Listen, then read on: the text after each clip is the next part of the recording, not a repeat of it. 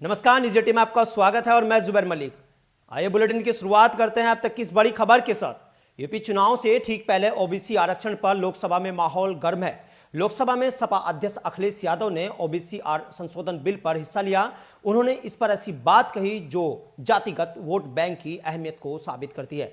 अखिलेश ने कहा कि हमारे समाज की सच्चाई है कि हम जाति की सीमा में रहकर ही काम करते हैं, उस सीमा से बाहर नहीं निकल सकते। अखिलेश यादव ने कहा कि पिछड़ों और दलितों को बीजेपी ने सबसे ज्यादा गुमराह किया है। बीजेपी ने जातियों के बीच मतभेद पैदा किए हैं। अखिलेश की पहली मांग जातिगत जनगणना के आंकड़ों को जारी करने की है, तो वहीं दूसरी मांग आरक्षण की सीमा 50% से ज्यादा बढ़ाने की है।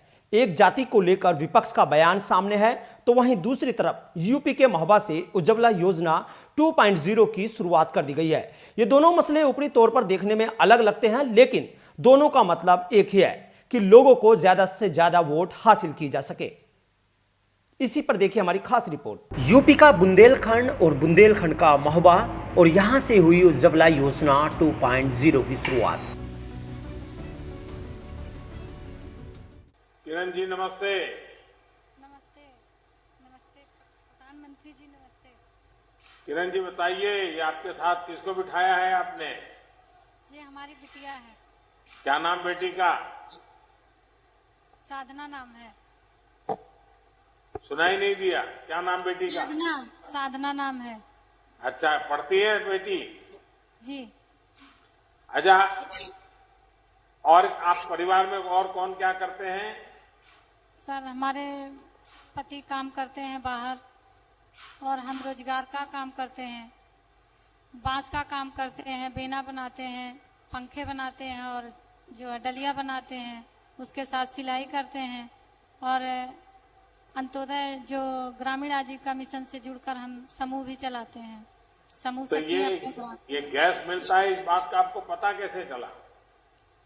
सर, हमारे अनुभव एचपी गैस कनेक्शन से हमारे जो भैया लोग हैं हमारे, वहाँ से आए थे और यहाँ पे कैंप लगा के हम लोगों को बताए थे। तो अच्छा, बेटी पढ़ती है तो उसको अभी खाना वाना पकाना सिखाया होगा, तो उसको तो गैस से खाना पकाना अच्छा लगता होगा। जी, बहुत अच्छा लगता। गैस खत्म हो जाए तो कभी राजी नहीं होती खाना बनाने को।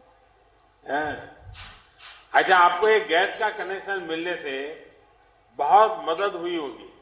बहुत बदलाव अब समय भी बचता होगा। हमारे पास पूरा समय बचता है। पहले तो ऐसा होता था कि काम करके हम थक जाते थे, कभी कभार खाना ही नहीं बनता था घर पे। शाम को आके ऐसे ही सो जाते थे। इस समय में तो और सर, बरसात होने की वजह से कितने लकड़ी सुखवाओ और चाहे काम ही कर लो। तब बारिश में तो एकदम सुविधा हो गई आपको। बहुत ज्यादा। और हमारे जो एचपी गैस कनेक्शन के कर्मचारी हैं उनको भी बहुत बहुत धन्यवाद। हमारी बहुत हेल्प करते हैं। आपका स्वयं सहायता समूह है और आप खुद भी कुछ न कुछ आर्थिक उपार्जन का काम करती है। आपने इस योजना के बारे में, आपके जो मंडल बना हुआ है, सब महिलाएं आपके साथ जुड़ी हुई हैं, क्या उनको इसका लाभ बताया और उनको भी फायदा हुआ है क्या? जी बताया है। सब अपना अपना कारोबार करती हैं, जो है लेके करती हैं और अपना काम करके कोशिश करती हैं। सर, यही लॉकडाउन में लग गया तो थोड़ा बहुत पैसा फंस गया। इसके लिए आपसे अनुरोध है कि कुछ आप नजरिया उनके ऊपर। तो उनको गैस कनेक्शन मिल गया? कर्ज लिया है। जी सबको मिल गया है। वो हमारे साथ ही पा गई हैं सब लोग। ये सिर्फ एक योजना की शुरुआत नहीं, बल्कि उत्तर प्रदेश में बड़े चुनावी दांव हैं। इसे समझने के लिए सिर्फ इतना समझ लीजिए कि उज्ज्वला योजना 1 के तहत बांटे गए 8 करोड़ गैस कनेक्शन में अकेले यूपी के 1.5 करोड़ कनेक्शन है। 1.5 करोड़ कनेक्शन का फायदा प्रति परिवार 4 लोगों को मिला तो ये आंकड़ा 6 करोड़ लोगों तक पहुंचता है। अब योजना 2.0 के तहत भी यूपी के लोगों को बड़ा फायदा मिलने वाला है। ये योजना 2016 में उत्तर प्रदेश के बलिया से आजादी की लड़ाई के अग्रदूत मंगल पांडे जी की धरती से शुरू हुई थी। आज उज्ज्वला का दूसरे संस्करण भी यूपी के ही महोबा की वीर भूमि से शुरू हो रहा है। महोबा हो, बुंदेलखंड हो, ये तो देश की आजादी की एक प्रकार से ऊर्जा स्थली रही है। यहां के कण कण में रानी लक्ष्मीबाई, रानी दुर्गावती, महाराजा छत्रसाल, वीर अघा और उदल जैसे अनेक वीर वीरांगनाओं की शौर्य गाथाओं की सुगंध है। आज जब देश अपनी आजादी का अमृत महोत्सव मना रहा है, तो ये आयोजन इन महान व्यक्तित्वों को स्मरण करने का भी अवसर लेकर आया है। 6 साल पहले यूपी के ही बलिया से उज्ज्वला योजना की शुरुआत की गई थी। तब जगह पूर्वांचल की थी और अब बुंदेलखंड की है। इशारा समझा जा सकता है।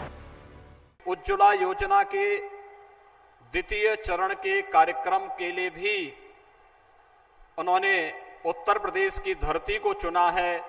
इसके लिए मैं उत्तर प्रदेश की 24 करोड़ जनता की ओर से उनका हृदय से आभार भी व्यक्त करता हूं। हम सब जानते हैं कि आज से 6 वर्ष पूर्व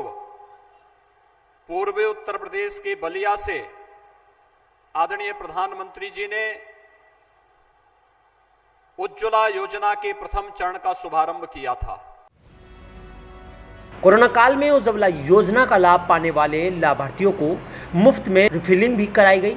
अब इसे केंद्र और राज्य सरकार की ओर से बार बार दोहराया जा रहा है। एलपीजी उत्तर प्रदेश के अंदर जो कवरेज था 2014 तक, वह मात्र 1 करोड़ 47 लाख लोगों के पास एलपीजी के कनेक्शन थे और आज आपकी कृपा से उत्तर प्रदेश में 3 करोड़ 25 लाख लोगों के पास रसोई गैस के अपने कनेक्शन हैं। यह उज्ज्वला योजना के माध्यम से ही संभव हो पाया है। इसने मिट्टी तेल की खपत को काफी कम किया है और मिट्टी तेल की खपत कम होने से विगत वर्ष उत्तर प्रदेश को 15 करोड़ रुपए की बचत हुई और इस वर्ष 22 करोड़ रुपए की बचत होने की संभावना है। भाजपा को भरोसा है कि जिस तरह से साल 2017 के चुनाव में उज्ज्वला योजना का चुनाव में पार्टी को बड़ा फायदा, सियासी फायदा मिला, ठीक उसी तरह 2022 के चुनाव में इससे भी बड़ा सियासी फायदा मिलेगा। सबसे खास बात यह है कि इन तमाम योजनाओं का फायदा गरीब परिवार को मिला, जिसमें अनुसूचित जाति, अनुसूचित जनजाति, पिछड़ा वर्ग के लोग ज्यादा हैं। यानी भाजपा ने बिना जाति का नाम लिए सोशल इंजीनियरिंग के इस विकास से करोड़ों लोगों तक अपनी पहुंच बना ली है। और अब पीएम और सीएम की सीधी भागीदारी से साफ है कि यूपी के 2022 के चुनाव को लेकर सामाजिक न्याय का फॉर्मूला क्या है। जिन योजनाओं के जरिए यूपी की उपलब्धियों को सबसे ज्यादा गिनाया जा रहा है, उसकी लिस्ट पर एक नजर डालते हैं। यूपी में उज्ज्वला योजना 1 के तहत 1.5 करोड़ परिवार को मुफ्त गैस कनेक्शन दिया गया। राज्य में 2 करोड़ 61 लाख शौचालय बनाए गए। सामूहिक विवाह योजना के तहत 1,52,000 युवतियों की शादी हुई। कन्या सुमंगल योजना से 7,81,000 लड़कियों को फायदा हुआ। 29 लाख महिलाओं को मासिक पेंशन दी गई। बुंदेलखंड के महोबा के इस कार्यक्रम में सीएम योगी ने बुंदेलखंड के एक्सप्रेसवे को भी याद दिलाई। फरवरी 2020 में आपने बुंदेलखंड के विकास की रीढ़ बनने जा रही बुंदेलखंड एक्सप्रेसवे का शिलान्यास बुंदेलखंड की धरती पर चित्रकूट में आकर के किया था। बुंदेलखंड के लगभग सभी जनपदों को छूता हुआ यह बुंदेलखंड एक्सप्रेसवे तेजी के साथ कार्य करते हुए अब तक लगभग 70% कार्य अपना पूरा कर चुका है और नवंबर 2021 तक यह एक्सप्रेसवे भी बनकर के तैयार हो जाएगा। जाहिर है कि विकास का ये तूफानी दाव हर तबके पर असर करने वाला है और अब विपक्ष इस दांव को समझ चुका है। इसलिए विपक्ष भी अब ओबीसी वोटरों को लुभाने में जुट गया है और अखिलेश ने भी लोकसभा में ओबीसी आरक्षण संशोधन पर जातिगत जनगणना और ओबीसी आरक्षण को 50% सीमा तक बढ़ाने की मांग कर डाली है। Bureau desk, news 18 Shamli.